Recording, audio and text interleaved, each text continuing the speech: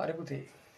එහෙනම් අපිට අද කතා කරන්න තියෙන්නේ ඔයගලන්ගේ 11 වසරේ දෙවෙනි පාඩම ප්‍රභා සංශ්ලේෂණය. හරි. මේක කෙටි පාඩමක්. වගේම හරි ලස්සන පාඩමක්. විභාගෙට වැදගත්. හරි. විභාගෙට මාර වැදගත්. මේ මුළු ලෝකෙටම මාර වැදගත් දෙයක් තමයි මේ ප්‍රභා සංශ්ලේෂණය. ඒක නිසා හොඳට අහගෙන ඉන්න. හොඳට අහගෙන ඉන්න. හරි. ඔයගොල්ලෝ දන්නවා බක් මාසේ එහෙම නැත්නම් අප්‍රේල් මාසේ මේ ලංකාවේ තියෙන ලොකුම උත්සවය අපි කියනවා සූර්ය මංගල්‍යය තියෙනවා. ඉතින් මේ ප්‍රභා සංශ්ලේෂණයක් ඇස්සේ මොන මොගුලකටද සූර්ය මංගල්‍යයක් ගැන කතා කරන්නේ? පොඩ්ඩක් ඉන්නකෝ. ඔයගොල්ලෝ දන්නව නේද? අපි අනාදිමත් කාලෙක ඉඳන් ඈත අතීතේ ඉඳන් කුෂිකාර්මික ජීවත් වුණ මිනිස්සු. ලංකාව කියන්නේ කුෂිකාර්මික රටක්.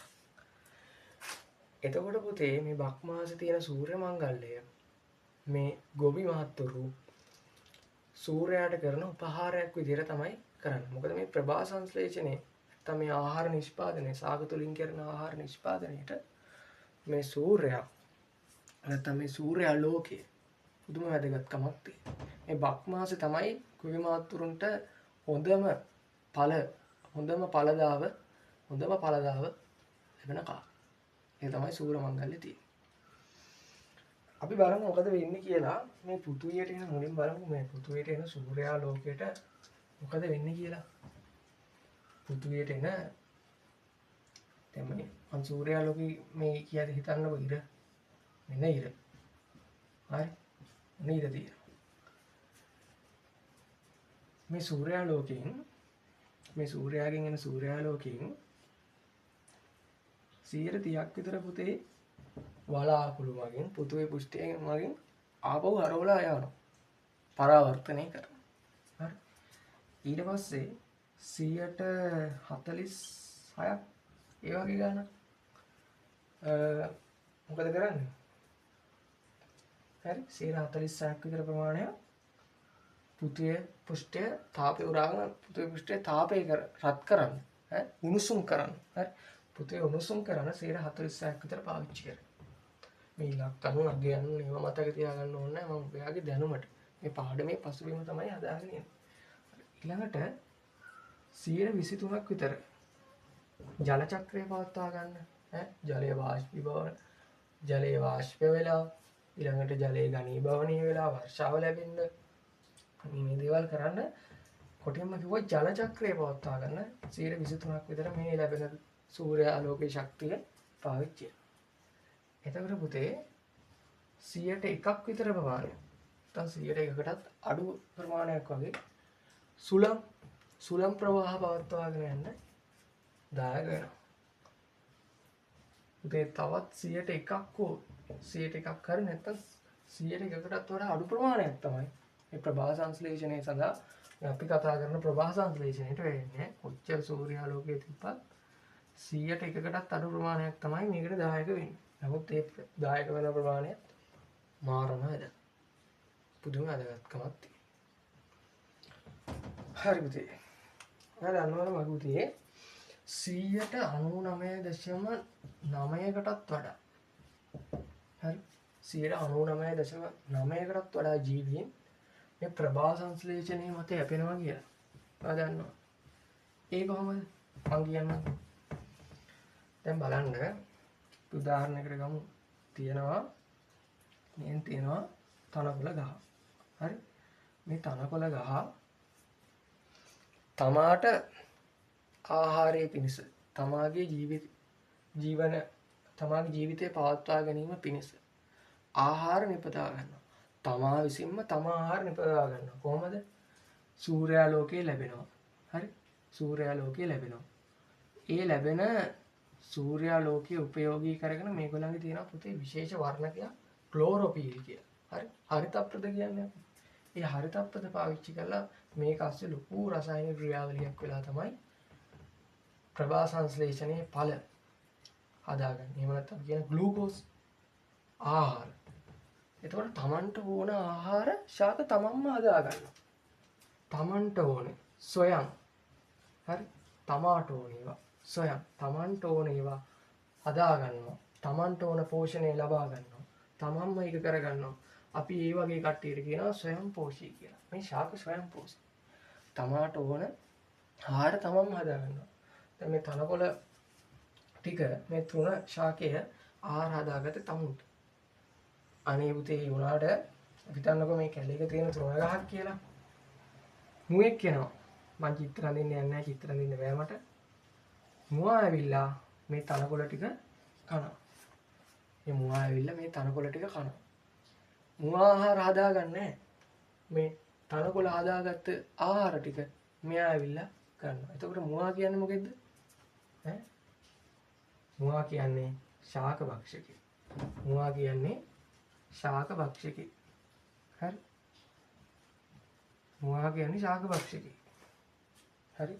ශාක තමන්ට ඕන ආහාර හදාගත්ත ඒගොල්ලෝ ස්වයං පෝෂී. එතකොට මුවා කියන සතා එහෙම නැත්නම් තව විවිධ ශාක භක්ෂකයෝ ඉන්නවා. ශාක භක්ෂකයෝ ඇවිල්ලා අර ශාක විසින් හදපු ආහාර ටික ආහාරයට ගන්නවා. ඔවුන් මේ මත හැපෙනවා. ඒ වගේම පුතේ මේ මුවා ගොදුරක් වෙන්න පුළුවන් සිංහයෙක්ගේ හරි කොටියෙක්ගේ හරි මොකෙක්ගේද? හරි? හරි? මොකෙක්ගේද? ඊතලයන් ඉන්න ඕනේ පුතා මේ පැත්තේ ඈ. තනකොළ ටික කෑවා මුවා. මුවාව කෑවා සිංහයා. සිංහයා කියන්නේ මොකෙද්ද? මාංශ භක්ෂකී. මාංශ භක්ෂකී. ඔයාට පේනවා දැන් තනකොළ නම් එහෙම නැත්නම් අපි ශාක නම් තමන්ම ආහාර හදාගත්තා ස්වයං පෝෂී. එතකොට මුවා කියලා එකෙක් කෑවා ඌ තනකොළ ටික කෑවා ඌ ශාක භක්ෂකී. සිංහයා කියලා එකෙක් ආවා ඌ මුවාව කෑවා ඌ මාංශ භක්ෂකී. ඔයාට පේනවා මේ මුවා සහ සිංහයා දෙන්නගෙන් එකෙක්වත් කෑම හැදුවේ නැහැ. එහෙනම් අපි උන්ට කියනවා පුතා විෂම පෝෂී. විෂම පෝෂී. විෂමයි කියන්නේ තව මොකෙක් හරි හදපු ආහාරයක් තමයි ඌ කන්නේ. එතකොට සිංහයා වක්‍රව මේ ශාකයේ මත යැපිලා තියෙනවා. මුවා ඍජුවම ශාකයේ ආහාරයට අරගෙන තම ජීවිතය පවත්වා ගන්නවා. ඒ පවත්වාගත් ජීවිතේ මුවා පවත්වාගත් ජීවිතය හොඳට තනකොළ කාලා මස් ඇදිලා පුෂ්ටිමත් හැදුන මුවාව සිංහයා ආහාරයට ගන්නවා. එතකොට සිංහයාත් වක්‍රව ප්‍රභා සංශ්ලේෂණයේ මත යැපිලා තියෙනවා. ඔව් ප්‍රභා සංශ්ලේෂණයේ මත යැපිලා තියෙනවා. තව ඉන්නවා සර්ව භක්ෂක. මේ ශාක භක්ෂක වගේම මාංශත් ආහාරයට ගන්න අපි වගේ සර්ව භක්ෂකයොත් තියෙනවා. ඒතර මේ ඕනේකි මේ ප්‍රභා සංශ්ලේෂණයේ මත ඍජුව හෝ වක්‍රව යැපෙන්නම සිද්ධ වෙනවා. ඍජුව හෝ වක්‍රව යැපෙන්නම සිද්ධ වෙනවා. හරි? තේවාට තේරෙනවා ප්‍රභා සංශ්ලේෂණය කියන්නේ මාර්ම කාරණාව. මොකද මේ 99.9 ඈ 99.9 නිකන් ඩිටෝල් වගේ මොකක්ද යකෝ තමයි යන්නේ 0.0 එකක් වගේ ප්‍රමාණයක් ඊටත් අඩු වෙන්න පුළුවන් 0.1 වගේ ප්‍රමාණයක් මේ ලෝකේ ඉන්නවා පුතා රසායනික ක්‍රම වගේ බැක්ටීරියාවන් ඉන්නවා 0.1ක් විතර බැක්ටීරියා ඉන්නවා රසායනික ක්‍රම වගේ තමන්ගේ පෝෂණය හදා ගන්නවා අපි ඒකට කියනවා රසායනික ස්වයං පෝෂී කියලා. ඒගොල්ලෝ ගැන නම් අපි කතා කරන්නේ නැහැ. අපි කතා කරන්නේ ප්‍රභා ස්වයං පෝෂී ප්‍රභා සංශ්ලේෂණය ගැන. හරි මම නිකන් මතක් කරේ. ඒ වගේ දේවලුත් තියෙනවා. හරි. ඒ වගේ ඒවත් ඉගෙන ගන්න ඕනේ. හරි. එතකොට තව බැක්ටීරියාව జాතියක් ඉන්නවා. ඒගොල්ලෝ නම් ප්‍රභා සංශ්ලේෂණය කරනවා. අපි කියනවා ඒගොල්ලන් නීල හරිත බැක්ටීරියා. නීල හරිත බැක්ටීරියා, සයනෝ බැක්ටීරියා ඒගොල්ලෝ ප්‍රභා සංශ්ලේෂණය කරලා තමයි ඒගොල්ලන්ට ඕන ආහාර නිපදවන්නේ. ඒගොල්ලෝ මේ 99.9ට වැටෙනවා. අර දශමයක තවත් දශමයක බැක්ටීරියාවක් ඉන්නවා. බැක්ටීරියා වර්ගයකින් බැක්ටීරියාව ඉන්නවා. ඒගොල්ලෝ රසායනික ක්‍රම මගින් තමයි ඒගොල්ලන්ගේ පෝෂණය හදන්නේ. ඔයාලට පේනවා අතිබහුතරය මේ ප්‍රභා සංශ්ලේෂණය මත තමයි යපිලා තියෙන්නේ. එහෙනම් අපි පොඩි නෝට් එකක් දාගමු. මාතෘකාව ලියන්න ප්‍රභා සංශ්ලේෂණය කියලා. මාතෘකාව ලියන්න ප්‍රභා සංශ්ලේෂණය කියලා. ඊළඟ ලියා ගන්න ප්‍රභා සංශ්ලේෂණය කියලා ලියලා වේගය වැඩි නම් නතර කරලා ලියා ගන්න. හරි. ලියනකම් බලන්න ඕනේ නේ අපරාධනේ. හරි. එහෙනම් මම කියනවා වේගය වැඩි වුණොත් නෝට් දෙනකොට නතර කරලා ලියා ගන්න. හරි. ලියන පෝෂණය අනුව ජීවීන් ප්‍රභා සංශ්ලේෂණය කියලා ලියලා මාතෘකාව පෝෂණය අනුව ජීවීන් ප්‍රධාන ආකාර දෙකකට වෙන් කර දැක්විය හැකියි.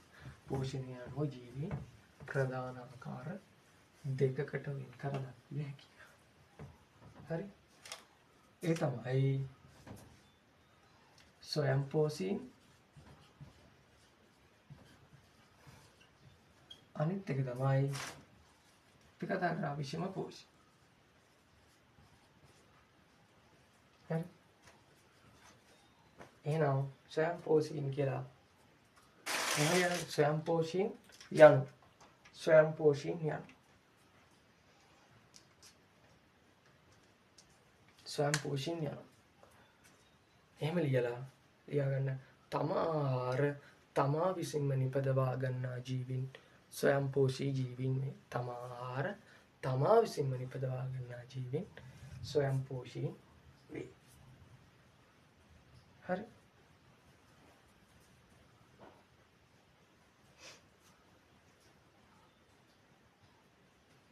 ඊළඟ මෙහෙම ලියන්නකෝ. තව තරුවක් දාලා මෙහෙම ලියන්නකෝ. මෙම පෝෂණය ක්‍රම මත විෂමපෝෂී ජීවීන් යැපේ.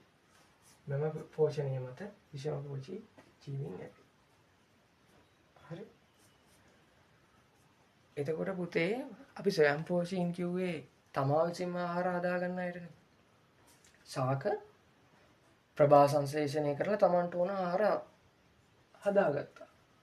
ඒ මත ලෝකයේ ඉන්න ජීවීන් 99.9% ඍජුව වක්‍රව මේ මත යැපුණා. තව 0.1ක් කතා කරා. ඒගොල්ලෝ ස්වයංපෝෂී. නමුත් රසායනිකව තමයි පෝෂණය හදාගත්තේ. එහෙනම් පුතේ ලියා ගන්න ස්වයංපෝෂීන් රසායනික මෙහෙම ලියන ස්වයංපෝෂී ජීවීන්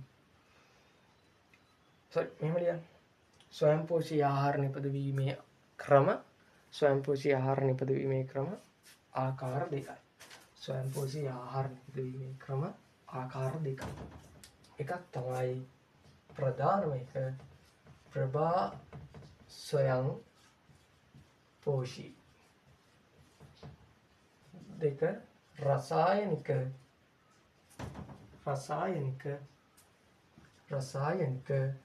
ස්වයංපෝෂී. දෙක රසායනික ස්වයංපෝෂී. හරිද? එතකොට ලියා ගන්නකො ප්‍රභා ස්වයංපෝෂී කියන තැනින් මෙහෙම ලියා ගන්න පුළුවන්. ශක්ති ප්‍රභවය ලෙස සූර්යයා භාවිතා කරමින් එනම් ආලෝක ශක්තිය උපයෝගී කරගනිමින් වේග වැඩි නම් නවත්තලා ලියා ගන්න. මොකද්ද? ශක්ති ප්‍රභවය ලෙස සූර්යාලෝකයේ පාවිච්චි කරලා ආලෝක ශක්තිය උපයෝගී කරගනිමින් ආහාර නිපදවන ජීවීන්. උදාහරණ කියලා ශාක කියලා දාගන්න. උදාහරණ ශාක. ඊළඟට රසායනික ස්වයංපෝෂීන් රසායනික ශක්තිය උපයෝගී කරගනිමින් ආහාර නිපදවන ජීවීන්. රසායනික ශක්තිය උපයෝගී කරන රසායනික ද්‍රව්‍ය කියන ඔය අකාබනික කාබන් ඩයොක්සයිඩ් වගේ අපිට ඉස්සරහට හමු වෙයි. ලොකුවට මේවා ගැන නම් කතා කරන්නේ නැහැ පුතා. හරි. උදාහරණ කියලා බැක්ටීරියා කියලා දාගන්න. උදාහරණ කියලා බැක්ටීරියා. ඊළඟට අපි යම් විෂමපෝෂීන් කියලා දාගෙන දැන් මේක ඉවරයි. ස්වයංපෝෂී පෝෂණ ආකාර දෙක ගැන කතා කරා. දැන් විෂමපෝෂී. අපි කිව්වා ස්වයංපෝෂීන් කියන තැන අපි කිව්වා විෂමපෝෂීන් යැපෙනවා ස්වයංපෝෂී පෝෂණ ක්‍රමය මත කියලා. එහෙනම්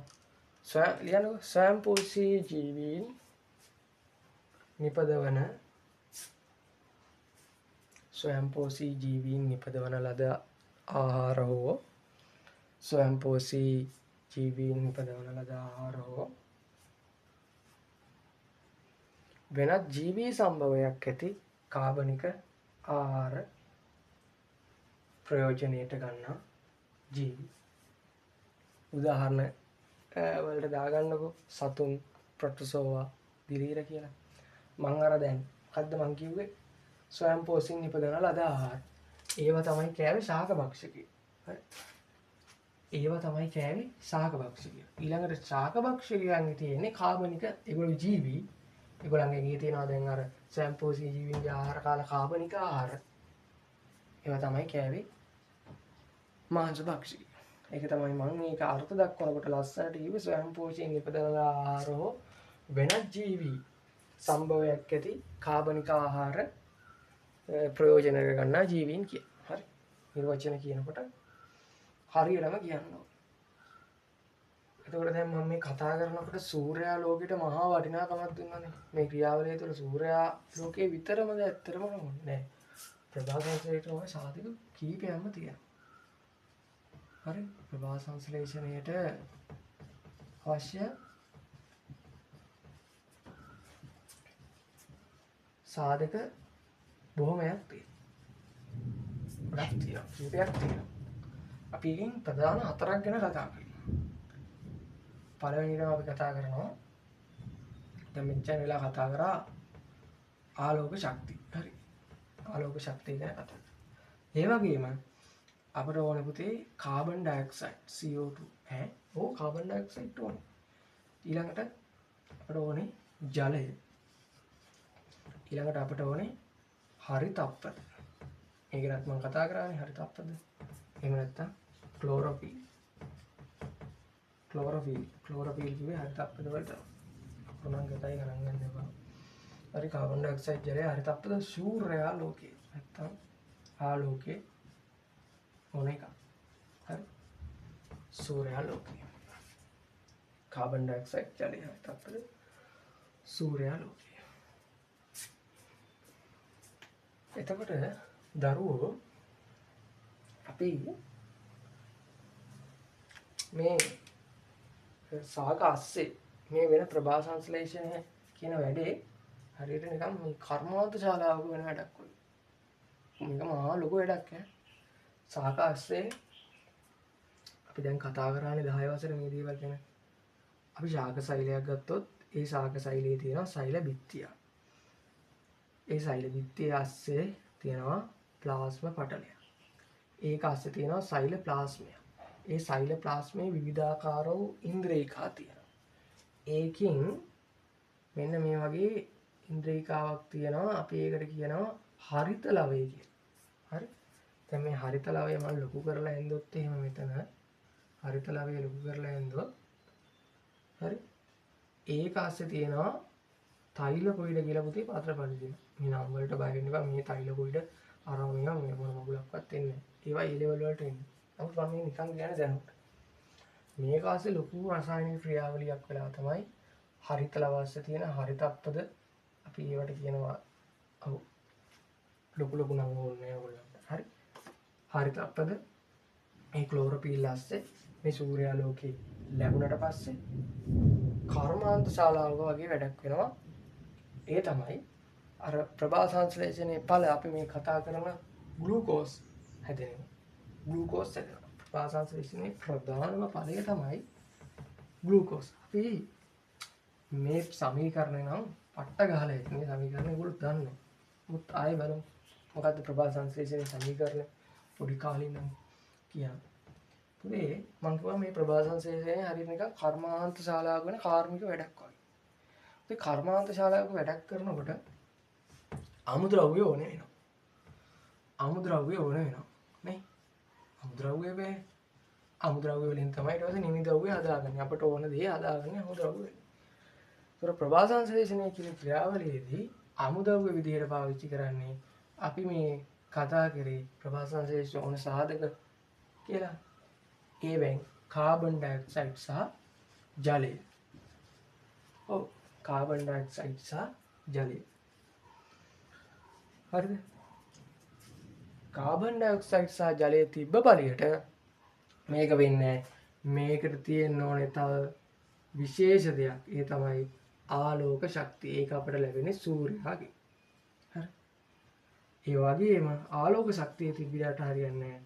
හරිතප්පද හරිත ශාක ඇතුලේ තමයි හරිතප්පද ඇතුලේ තමයි මේ වැඩේ වෙන්නේ. ඔය ටික යහමින් තියනවා නම් හැදෙනවා ග්ලූකෝස්. ඔන්න අපි හැමෝම යැපෙන දේ ග්ලූකෝස්. ග්ලූකෝස් කියන කාබෝහයිඩ්‍රේට් අතුරු ඵලය කාබෝහයිඩ්‍රේට් ඵලය ප්‍රධාන ඵලය ග්ලූකෝස් කියන්නේ ප්‍රධාන ඵලය. හරි වැදගත්. ප්‍රධාන ඵලය. ප්‍රභා සංශ්ලේෂණයේ ප්‍රධාන ඵලය තමයි ග්ලූකෝස්. ග්ලූකෝස් ඒ වගේම අතුරු ඵලයක් හැදෙනවා. ඒකත් මාර වැදගත්. ඒ තමයි O2. ඒ කියන්නේ ඔක්සිජන්. ඔක්සිජන් වැදගත් නැද්ද? වැදගත්නේ. හරි ඔක්සිජන් වලින් තමයි අපි ශ්වසනය කරන්නේ. හරි සායු ජීවීන්ගේ ශ්වසනයට ඔක්සිජන් ඕන. හොඳට මතක තියාගන්න ඔක්සිජන් කියන්නේ අතුරු ඵලය. අපට ඕනේ ග්ලූකෝස් හදාගන්න. නමුත් අතුරු ඵලයක් විදිහට ඔක්සිජන් හැදෙනවා. හරි අතුරු ඵලයක් විදිහටයි ඔක්සිජන්.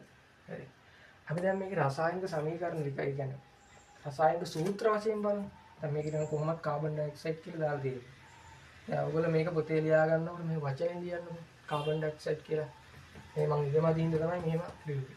ඊළඟට ඔක්සිජන් කියලා වචනේ ලියන්න සිංහල වචනේ ලියන්න. ඊළඟට මම පොතේ ලියා ගන්න දෙනවනේ. හරි. හරිද? අමුද්‍රව්‍ය විදිහට ප්‍රබලංශයෙන් කාබන් ඩයොක්සයිඩ් සහ ජලය උපයෝගී කරගත්තා. අමුද්‍රව්‍ය විදිහට. ආලෝක ශක්තිය සහ හරිතප්‍රද තිබේ නම් ඒවත් යොදාගෙන ග්ලූකෝස් ඇතුව ප්‍රධාන ඵලය. අතුරු ඵලයේ විදිහට ඔක්සිජන් හැදෙනවා. හරි. ඊළඟට අපි මේක කිව්වනේ සූත්‍රය ඇසුරින් කරමු කියලා. කාබන් ඩයොක්සයිඩ් ජලය මොකද්ද පුතේ? ජලයේ රසායන සූත්‍රය H2O.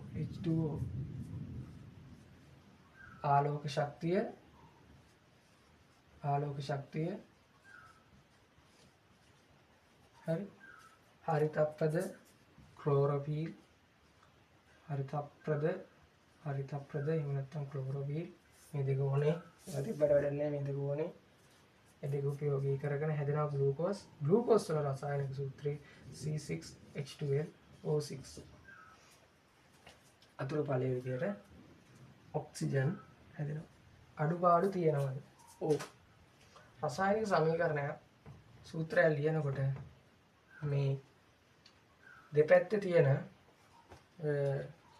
මූලද්‍රව්‍ය ගණන් පරමාණු ගණන් බැලන්ස් වෙන්න ඕනේ. දැන් මෙතන බැලන්ස් නැහැනේ.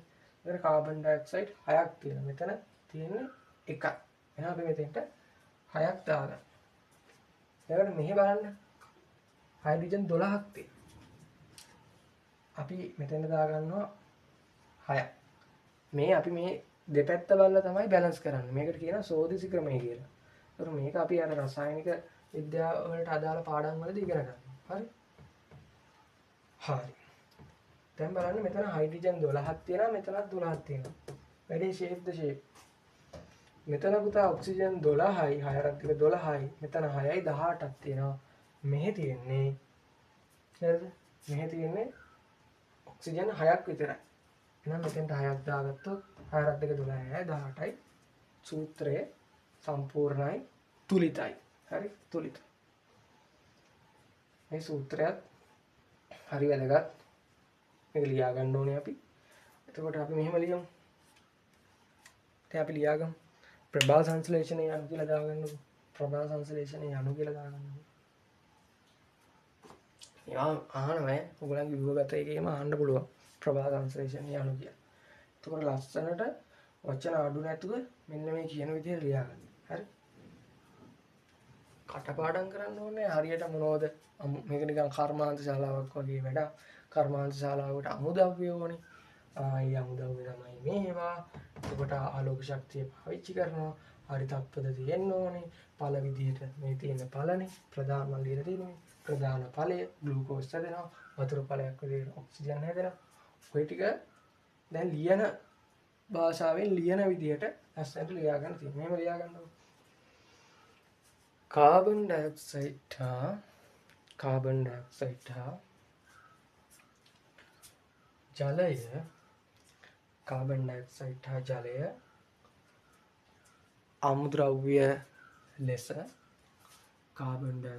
හා ජලය අමුද්‍රව්‍ය ලෙස යොදාගෙන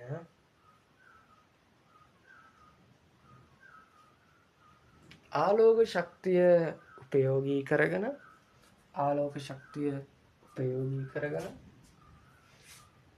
හරිතප්‍රද අඩංගු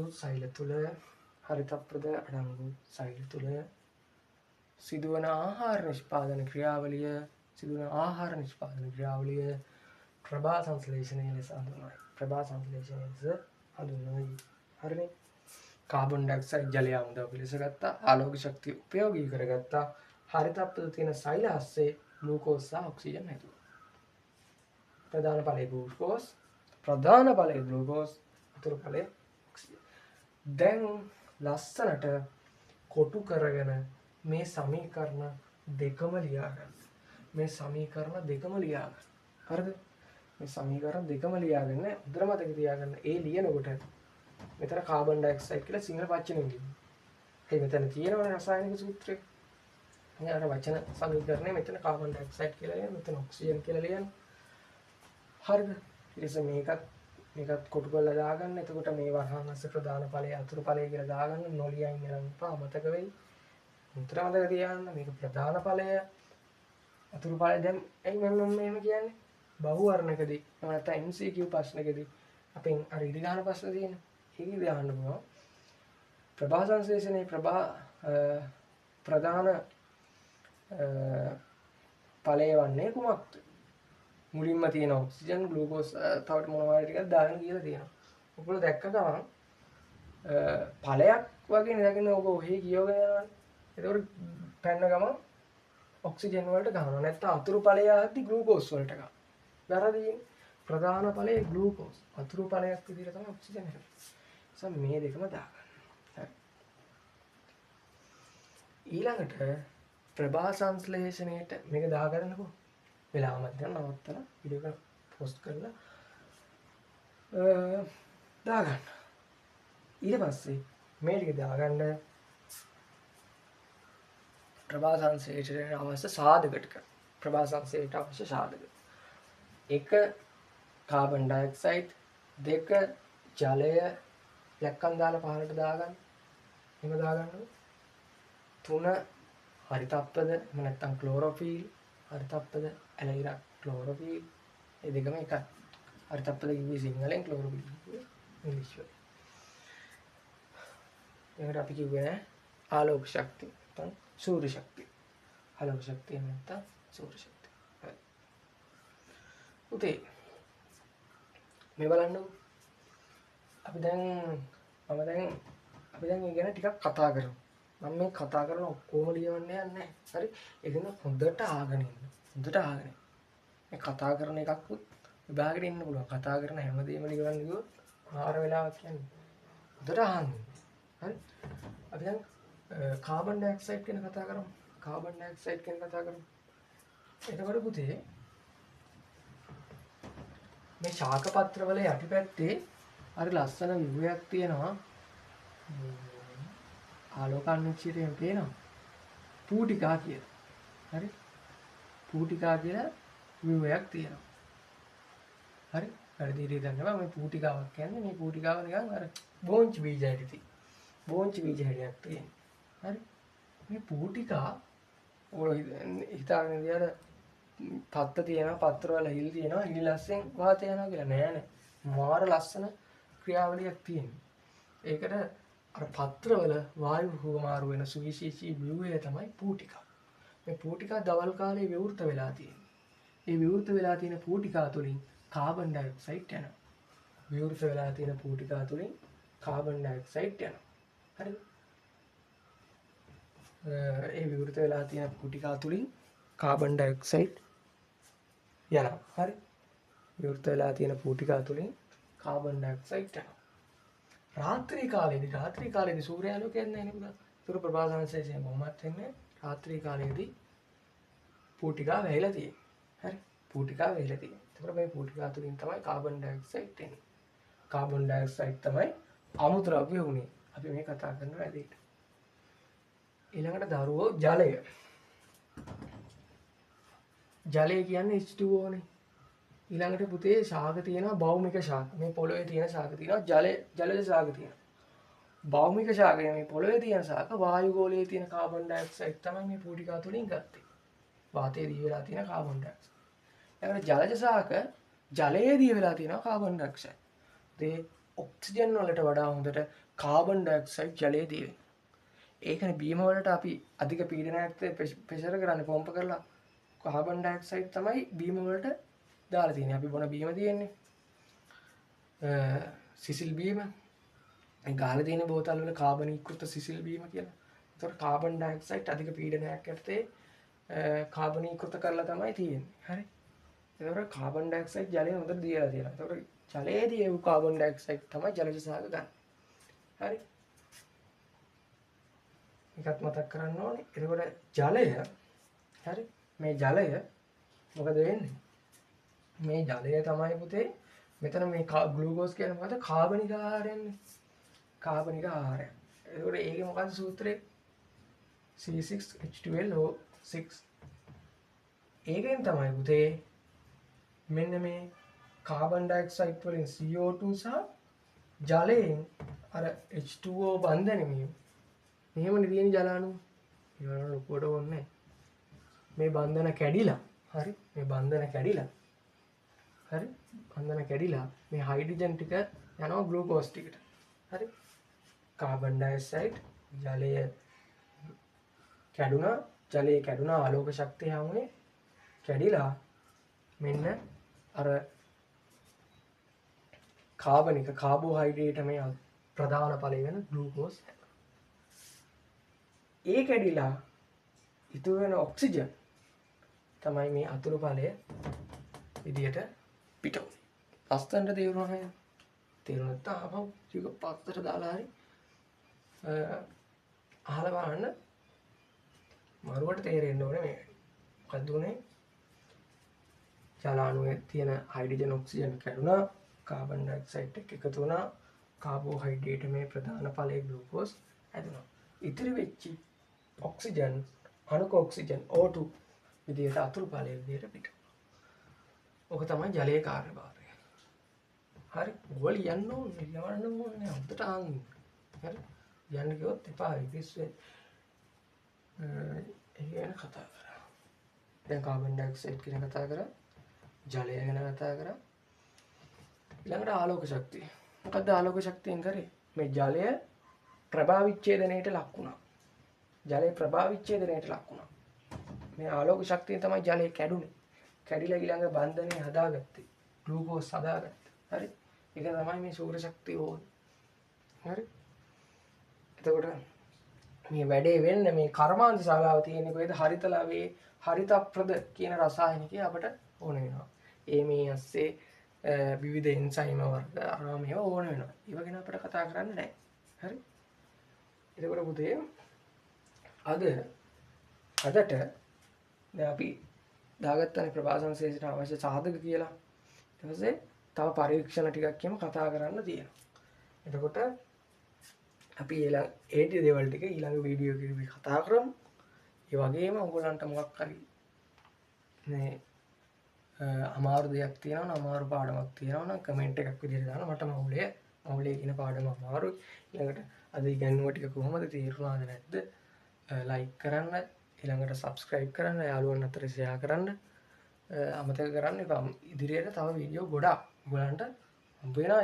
ඊළඟ වීඩියෝ එකෙන් අපි ප්‍රභාව සංශ්ලේෂණය කියන පාඩම ඊළඟ වීඩියෝ එකකින් හෝ තව වීඩියෝ දෙකකින් ඉවර කරමු. එහෙනම් අයබෝවන්. සුබ දවසක්.